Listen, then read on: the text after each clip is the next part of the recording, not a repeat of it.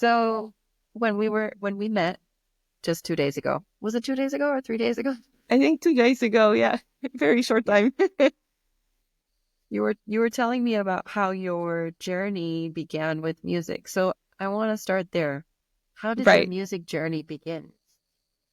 Way before I was born, music has been a very big part of my family from my mom's side. Um, there's a few professional musicians that are classically trained. My aunt, she plays the cello and orchestra in the Czech Republic, Oh, and well, my you great didn't tell me grandmother. that. Some news. And my great grandmother, she was a opera singer, and she was traveling a lot for work.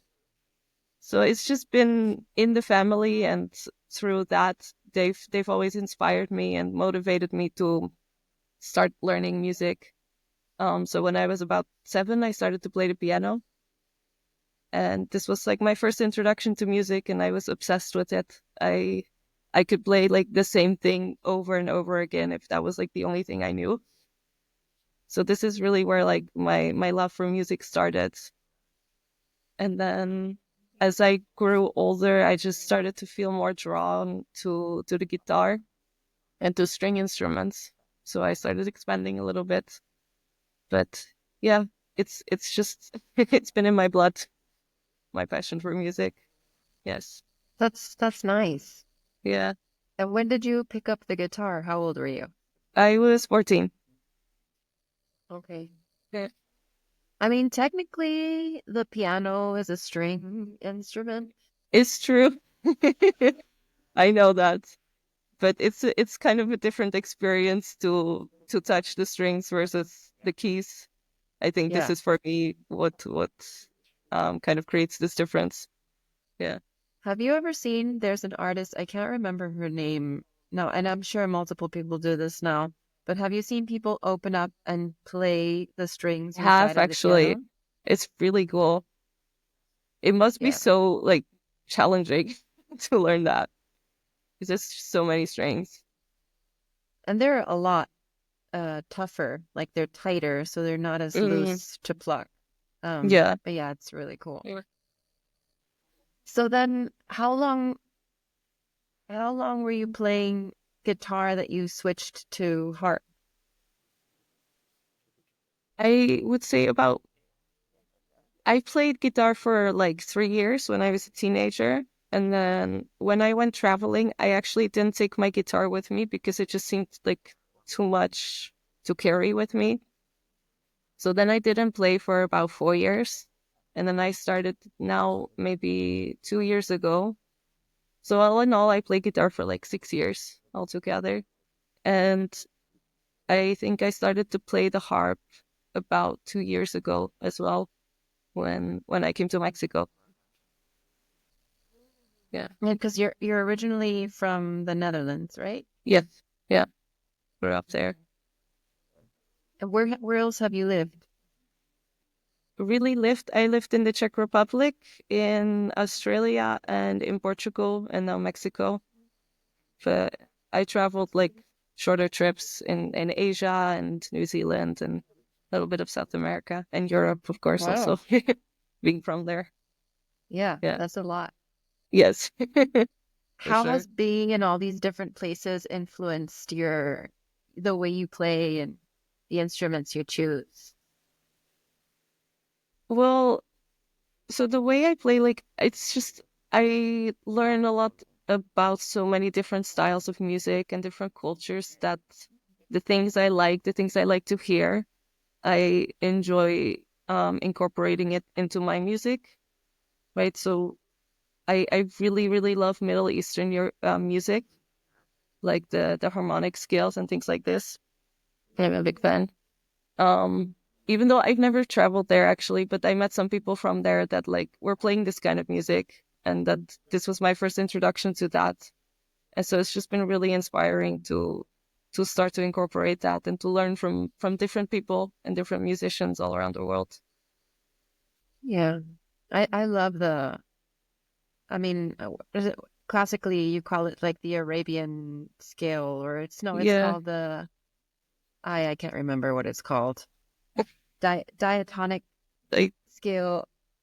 Is that what it's called? I think so, yes. Okay. Yeah. Yeah, I always thought it sounded a little bit weird. Like it sounds like snake charming. Yes, exactly. For sure. That's really Yeah, cool. I really I like feel it. very drawn to that too. And I feel like it sounds spiritual, like it sounds esoteric. It sounds Hmm. like it piques your curiosity. And I guess Yes. maybe if you think about snake charming and if I know you're also a yoga teacher, like Hmm. awakening the kundalini within and Yes. the energetic channels, right? Yeah, I think so. It really, like, for me, it really just like, as soon as I hear it, it just gets into like my body, into my cells in a certain way.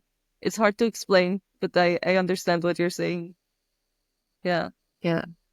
Like when I told you that some music has like if we had 1,000 little lotuses inside of us, that they all just Yes. open at the same time. It's like that exactly. Yeah. Yeah, I love that. So, how many different instruments do you play? A few, the ones I really like play, I would say three, which is the guitar, the harp, and the corda, which is also kind of like an African harp or lute, actually. And then there's some instruments that I kind of play because I enjoy them, but it's not something I'm super dedicated in to become super good in a way, if that makes sense. Yeah, But yeah. I think altogether like 6 or 7 instruments. And so what is it about strings or the harp in particular that you really like? It's hard to put into words, but the harp particularly, like I just feel like the vibration of it connects to my heart immediately because when I put it, like the the mass, like it's kind of where the sound comes from, it's connected to my heart. So I feel Mhm. like this vibration of the sound of the strings, it just goes in there directly. And from there, like when I play, I can sometimes feel it like go into the circle or into the people that are um experiencing this music, right? So it's a very Yeah. like connection, I guess. So you think the heart is very like a heart-centered instrument? Harp. Yeah, hard part. Yeah, in my experience, yes, for sure. And is it hard to learn the harp, or how long did it take you to? I mean, you played guitar and you have a music background. I think if you have a musical background, especially like with strings, it's a lot easier because your fingers are kind of used to the technique already. Um, the one I play, it has 15 strings, I believe. So it's not super hard. You know, you have like a Celtic harp which has a lot more strings. I don't play that, but I can imagine it being a lot more difficult than the one I have. But at the same time, it can be challenging because both hands are doing something else, right? And you have that with a lot of instruments, of course. But I think this is kind of the challenging aspect of the harp. Hmm. So maybe, I mean, with playing the guitar, your hands are doing different things, but they're different enough where you can kind of separate it. But maybe your experience with Exactly. piano helped you because piano is kind of similar, where your hands are doing similar things, but in different ways. Yeah, I was thinking about this actually the other day of like how similar it is to the harp. Yeah, because with guitar, like you Mm. put down a chord or you're fretting notes, right? So it's very different than plucking. Yeah. Yeah. Yeah, because you're not doing well, Yeah. you're moving, but you're not moving in the same way. So it's easier, a Exactly. little bit Yeah. easier. So how tell me about how you incorporate this into retreats or how you started incorporating because you started as a yoga teacher at these retreats, right? Yes. Yeah. So I started incorporating it just a little bit during Shavasana. I would play the hang drum or the harp. And from there on, like each retreat, I would just find more opportunities to play music. So, for example, we do women's retreats, and we have this beautiful like a yoni steam ceremony, which is kind of like a steam for your vagina, and it's a really beautiful setting, very intimate, very, very vulnerable.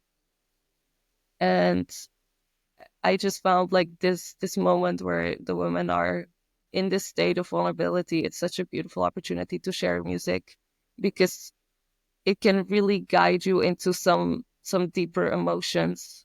You know, Mm. sometimes you feel something come up, and I find like the music can really like bring you directly to that emotion, which sometimes can take longer if you don't have the music in a way. I don't know if that Yeah, makes any sense, but it does. yes. So from there on, like, there's just more and more and more opportunities every retreat that I find to share music. And we do cacao ceremonies also. So there's our retreats, it's like every day a different moment where I can find a place to share the music to help. Yeah. Yeah, that I like that. That journey makes sense, like beginning in Shavasana. That seems like the no-brainer, easy place to put it. I'm just thinking about, I don't know if I told you, but I'm also a musician. I Yes. studied music classically and vocal mostly, but played a lot of different instruments. And I'm also a yoga teacher, so we have a lot of in common. Mm, And I have sometimes found it difficult trying to figure out where, because playing music classically as an artist or as a performer is very different than playing music for ceremony or for medicine, because it's not a performance. It's an enhancement. It's like you said, it's an enabler. It's like, mhm, and I completely understand what you say about, sometimes you may be feeling things. And literally, I mean, there's a reason why they call it the heartstrings, right? You just hear a note or you hear a few chords and that just touches you in a way where you're like, and you just have um exactly. this reaction or this reaction. So how do you find those how do you know those moments to share, and how do you find that going into sharing it, how can you differentiate from performing, if that makes sense? Did that make Mm, sense? yes. Okay. I think really deep down, it's a feeling, it's a kind of intuition that I receive like the moment it's kind of needed in a setting. Right. And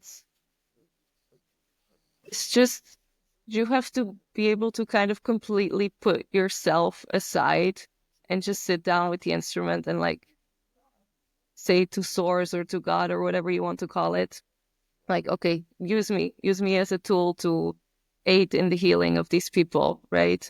And through that, it's becoming a channel instead of sitting there and being like, okay, I am doing this. It's no, something or someone else is moving through me and using me as a tool to share what needs to be shared. Yeah.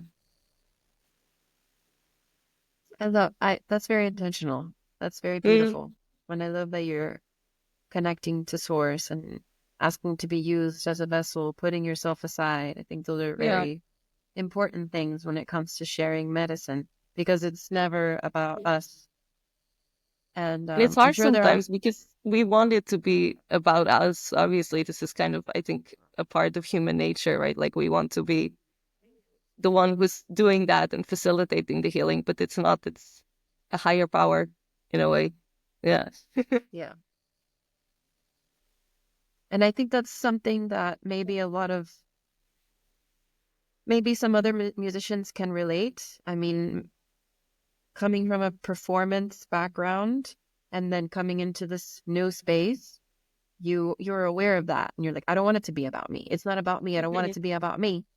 But in that effort to not be about you, sometimes it makes it so that you don't share, because you're trying Mm, so hard to make it not about you that you're like, I'm just not going to share anything because I don't want to yeah. draw attention, you know? Yeah. So would you say that you feel into the moments of silence, or those moments when people are just in their own space and the environment is quiet and you're like, okay, we need some music here. Or I can like slowly start Yeah, making sound. for sure. I think, sorry, I think the silences are hugely important. And the I feel like every time I play, and especially with the harp, there's like an intro to the song before the intro to the song even starts. Like it's so subtle, so gentle, and so soft when you come in a vulnerable space or there's been a lot of silence. I think it's really important to really slowly and gently work your way, to actually starting to play. Um, and sometimes it's also hard when there's this moment of silence. I'm like, should I play right now, or are they enjoying the silence? Like being able to choose that, what is the right thing to do in this moment is challenging sometimes. And in these moments, it's really important to come back to like your intuition and really feel the space, like what is going on with these people, what kind of processes are they having, and based on that, making a decision of should I play or not. Hmm. Yeah, It's almost like it made me think of a DJ reading the crowd, like if people stop dancing, it's time to change the song. It- it's really like that. Yeah, for sure. Yeah. So, can you describe the impact that harp music has on people during a retreat? Maybe give an example. Right. um it's a little bit of like what we touched on before, right? Like when I witness a lot when, and especially in a retreat, when they're there for more days and you start to see more of what are they working on, what kind of process are they having, why are they in this retreat.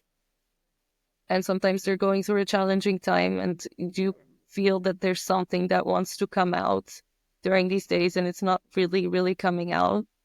And there can be a moment when I'm playing it during, for example, Yoni steam ceremony or cacao ceremony, or even just like when there's free time and we're hanging out or whatever, there's this moment of like release. These emotions can be released and it just leaves them feeling free and liberated from whatever was this thing that was kind of wanting to come out, right? So I think this is the biggest impact of like witnessing people be able to release emotions that Hmm. have been stored in the body for a longer time, and that liberation of that, which is beautiful. Yeah. Yeah. Have you, I'm sure you've been to a retreat without music or without any kind of strings. Have you? Yes. I What would you say is the big difference? Like how do, yeah.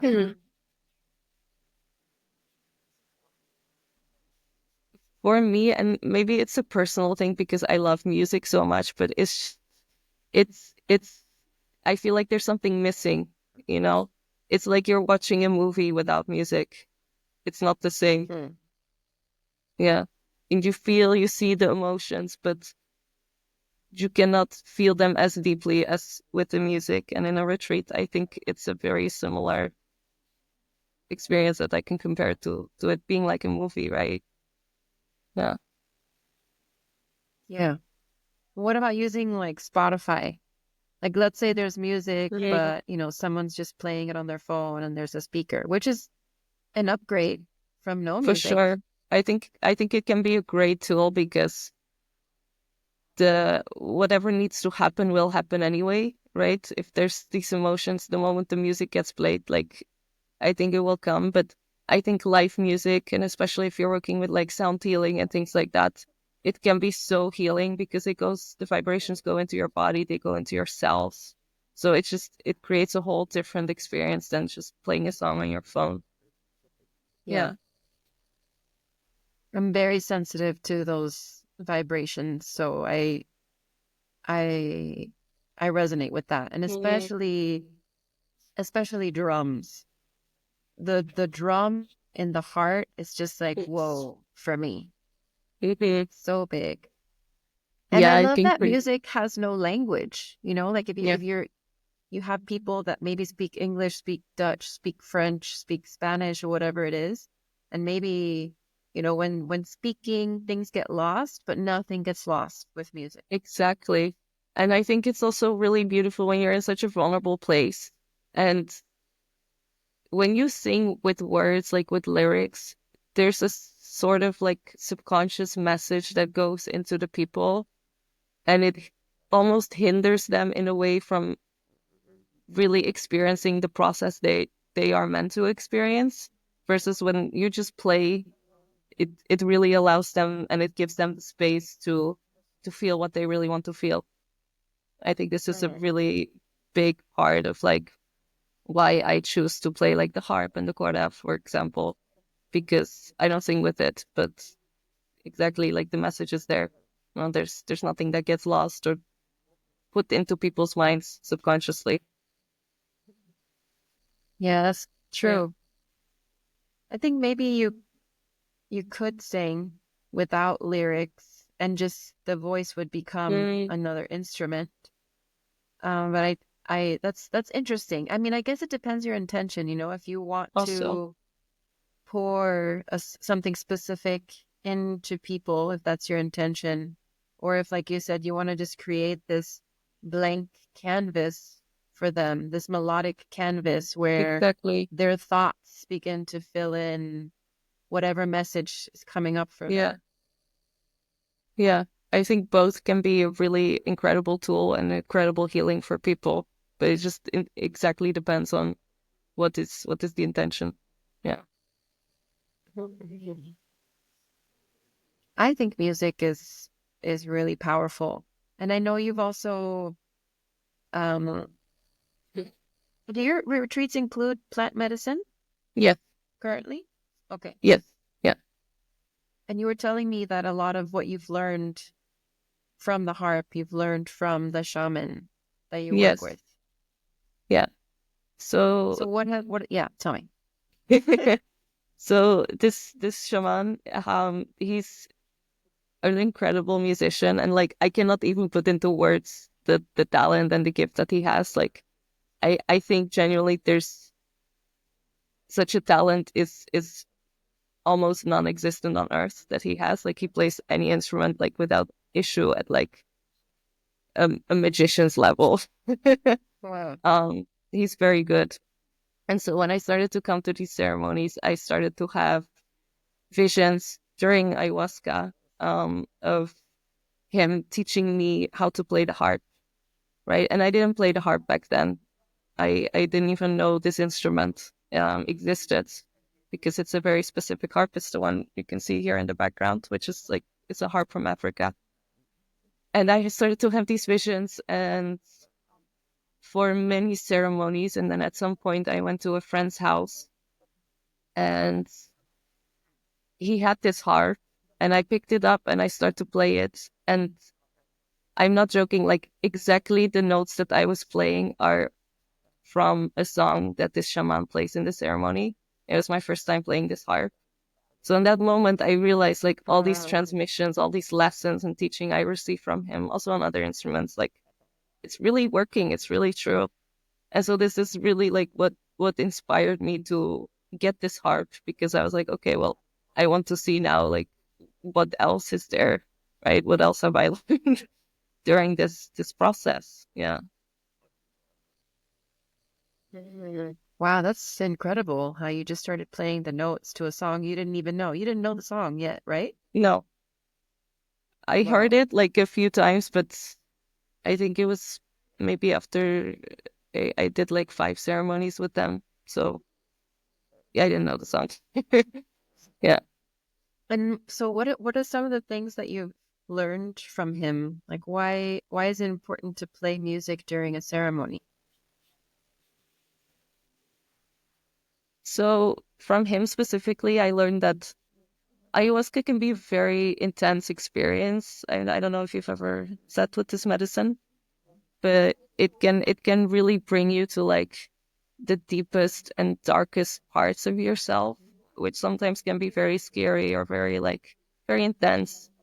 And this music can bring you out of it, right? Like it can bring you back to the light, to this beauty and connection to nature and to people when you feel kind of lost in your own process.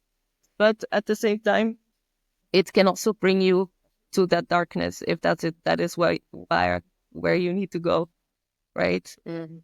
By playing the right notes and playing the right melodies. And I notice now that I've been to more ceremonies with him, like what we were talking about earlier with Arabic scales and stuff. Like I notice very often, like the moment he starts to play things like this, the energy gets very dense, and people go into this like this process Mm. that can be a lot more heavier, you know. And then after that, they play a song, for example, with the harp, and you start to notice this energy shifting and people coming out of their process. So it's a Oh. really incredible tool to guide people's process. Yeah. Yeah, it's like you're taking them on a journey Yes, through what exactly. you're playing, kind of guiding, not telling them what to experience, but just allowing the music to say, okay, it's light. Find something light. Okay, we're getting darker. Find Yeah, something darker. exactly. Um, like okay, maybe the music, like you were saying, even in movies, helps to evoke so many different emotions. Like I could watch a scene without music Hmm. and maybe not have an emotional reaction. And then you Yeah. add the music and I'm crying. No, exactly.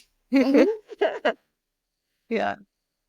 Or laughing or, feeling disgusted or feeling Hmm. afraid or so music is so powerful in that way. And I think Yes. often, like in retreats, especially healing retreats, a lot of the reason we go is so that we can feel because Yeah. we live in a world where feeling is not the focus.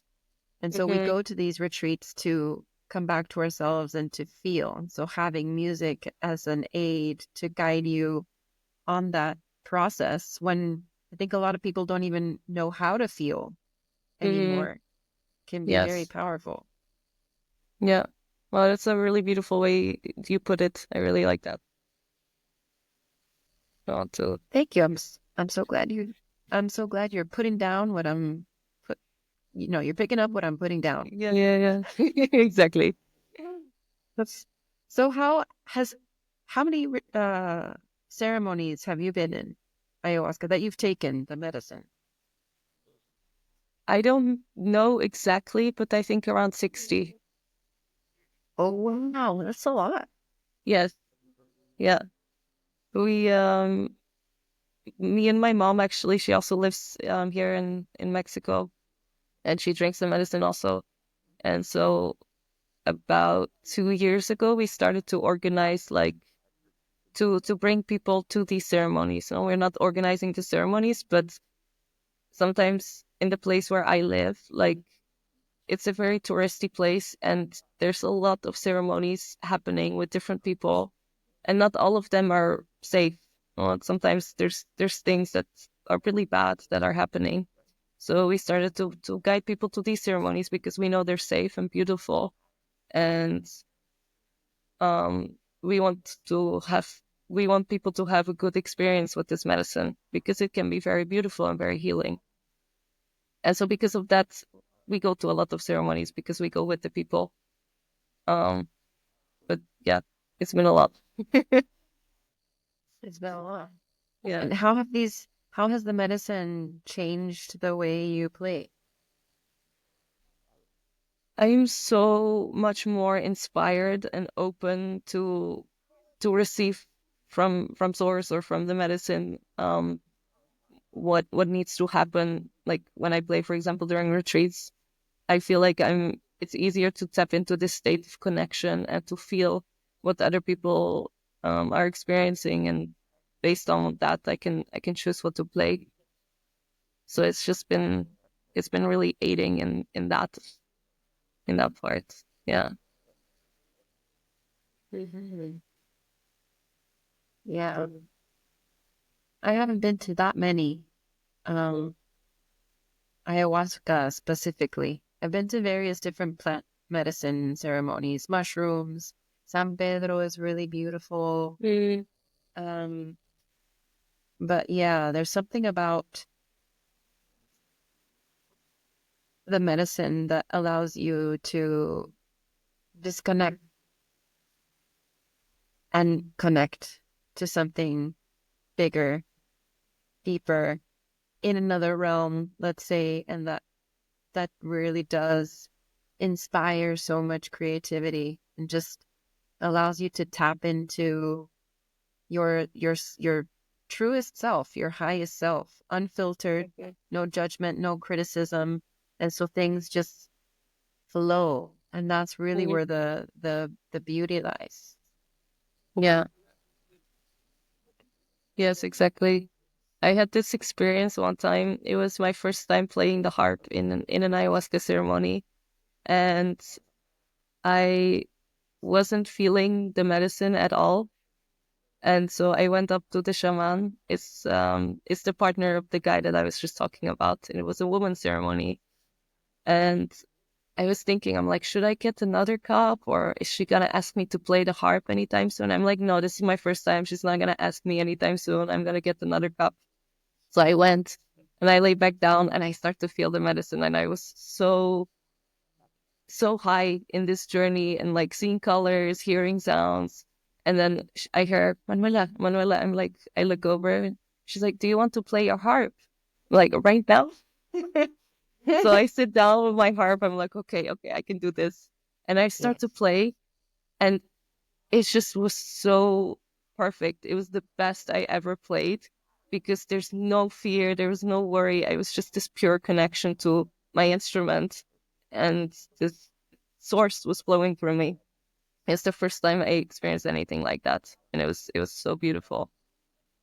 So I really like what you were saying. I really relate to that. Yeah. Mhm. A lot of the I think I'm more a vocalist than Mm. anything else. Like music really comes from my voice for me. And uh, throughout my I've been singing since I was 9. I'm 38 now. And a lot of times I would close my eyes, you know, Mm. and in the back when it was a very mainstream thing, I saw that as like I need to open my eyes. I need to open my eyes. I need to be here and connect with people, and as I got into the more of, the let's say the spiritual space of music, it made more sense to me why I close my eyes because of what you just said, because it's not about what's out there, it's about what's in here. And in order Exactly. to really connect with it, you kind of have to go in and get it, Yes. and pull it out. So it's almost like going back to what you said about being a vessel. Mm. It's some people channel spirits, some people channel people that have passed. And I think musicians, and especially like the way you're playing, the way I like to share these days, it's like a channeling. And it's almost like Yes. your outside body just, it's like, okay, the human known as crystal is gone. And it's like, okay, this other thing is coming through in the form of sound. Mm. Well, I Do get you feel goosebumps that from way? you. Yeah, I feel that. Yeah. Yeah. Yeah, it's interesting. It's interesting to think about it because I always close my eyes more or less. And I never thought about it. It's just kind of like a habit, but it makes so much sense the way you're describing it. Yeah. Yeah. Something to think about. Yes, for sure. So I like this question. Do you incorporate any specific themes or messages? I know we said no lyrics, but do you have any intentions that you put into your music when you're playing? Not always, but sometimes during, like while I'm playing, and I start to feel like someone's having a process, or there's an emotion coming up, this intention kind of comes to me, and in that moment I put it in there, in my playing. Okay, like I I pray for the release of this emotion, or for the liberation of that. Mm, but I really like this question because it inspired me to start thinking about this more, and like, okay, what can I do like before I start to play, right? What kind of intention can I put in already? And it's something I never really thought about. So thank you. Yeah. Yeah. And maybe even like I recently had a Sufi healing, which was amazing, from Eva Medicina. She's somebody that I interviewed on this channel also. Mm, And it was prayer, but it was sung. And it was in no. Arabic, so I didn't understand any of it. Um, but yeah, I think even if not necessarily having to vocalize it, but just, speaking to yourself internally like a mantra, Exactly. almost like a spell, not a spell, a healing spell, like Yes. you were saying, to release, release, release, release, or maybe your intention is like love and love and love. And so in a way, you're guiding yourself, you're guiding the music, you're guiding the energy. Yeah. And maybe not all the time, because sometimes it's really, you want to leave the guidance to something greater, Mm, but it's fun to play with. yes, exactly. I like it. Yeah. Hmm. For sure, something I'm gonna try. Yeah. Okay. Um, I want to ask you, so this was not part of the plan, and you can totally say no, but how do you feel about playing a little bit? Yes, I just haven't tuned it. Oh, well, we can tune. I can ask you some more questions while you tune, Sure. or we Yes. could just Let listen me to get you my tune. things. All right. And in the meantime,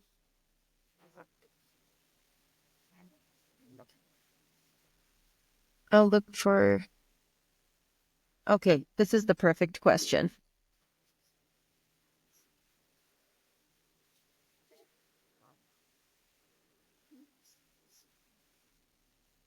Take a sip of my coffee.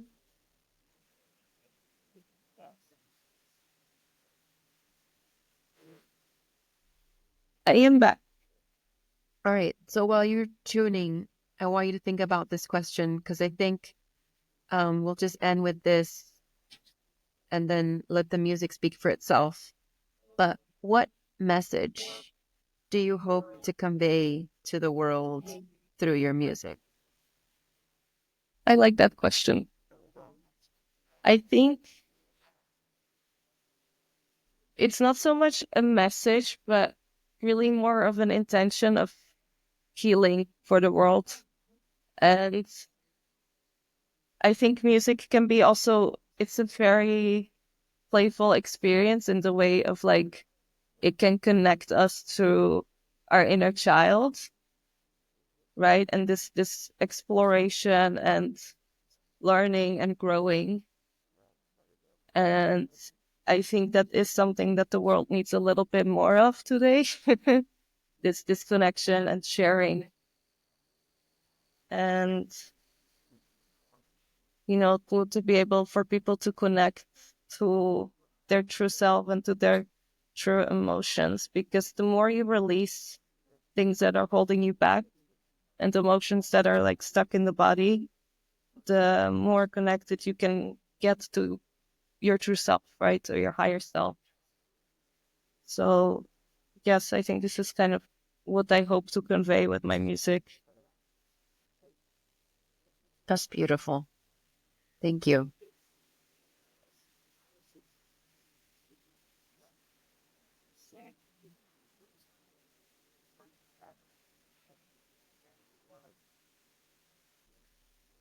And what is this instrument called? It's called an African harp. This is the kora? In no, it's called an ngombi. It is an Okay. instrument from Gabon, and they play it a lot in iboga ceremonies, which is also a kind of plant medicine from Africa. Yeah.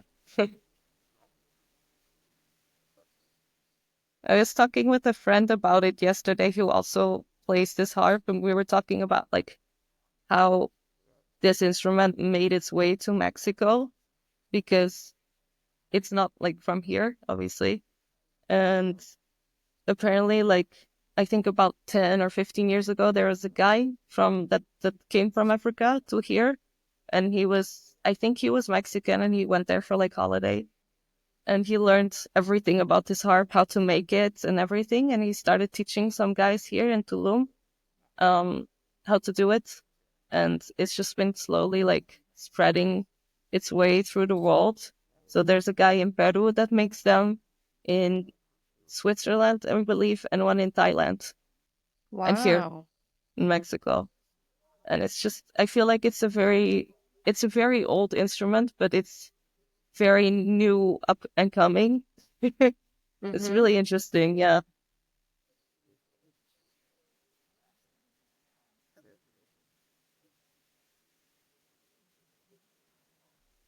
Yeah, I saw how you shared something today on your Instagram about, uh, I don't remember her name, but another girl who was playing and she was talking about embodying the instrument, like becoming a one with it. Yes, I shared it right before our interview, right? Yes. I really like this because me also, like, I strive for perfection, right? And I also understand that with music, there is no such thing as perfection. And especially in this way, in this more like spiritual way, right? So it's just such a beautiful reminder of like when when you connect to the instrument and to your heart, like whatever needs to come out of you, it is perfect, and it is so welcome, and it should be shared, right? Because this is where the real medicine is at, not by playing the Yeah. correct notes in the correct way, but by sharing what's inside of you. Yeah. Oh, so many musicians need to hear that, especially Me vocalists. included. Yes, but yes, Yeah. for Thank you. sure. No.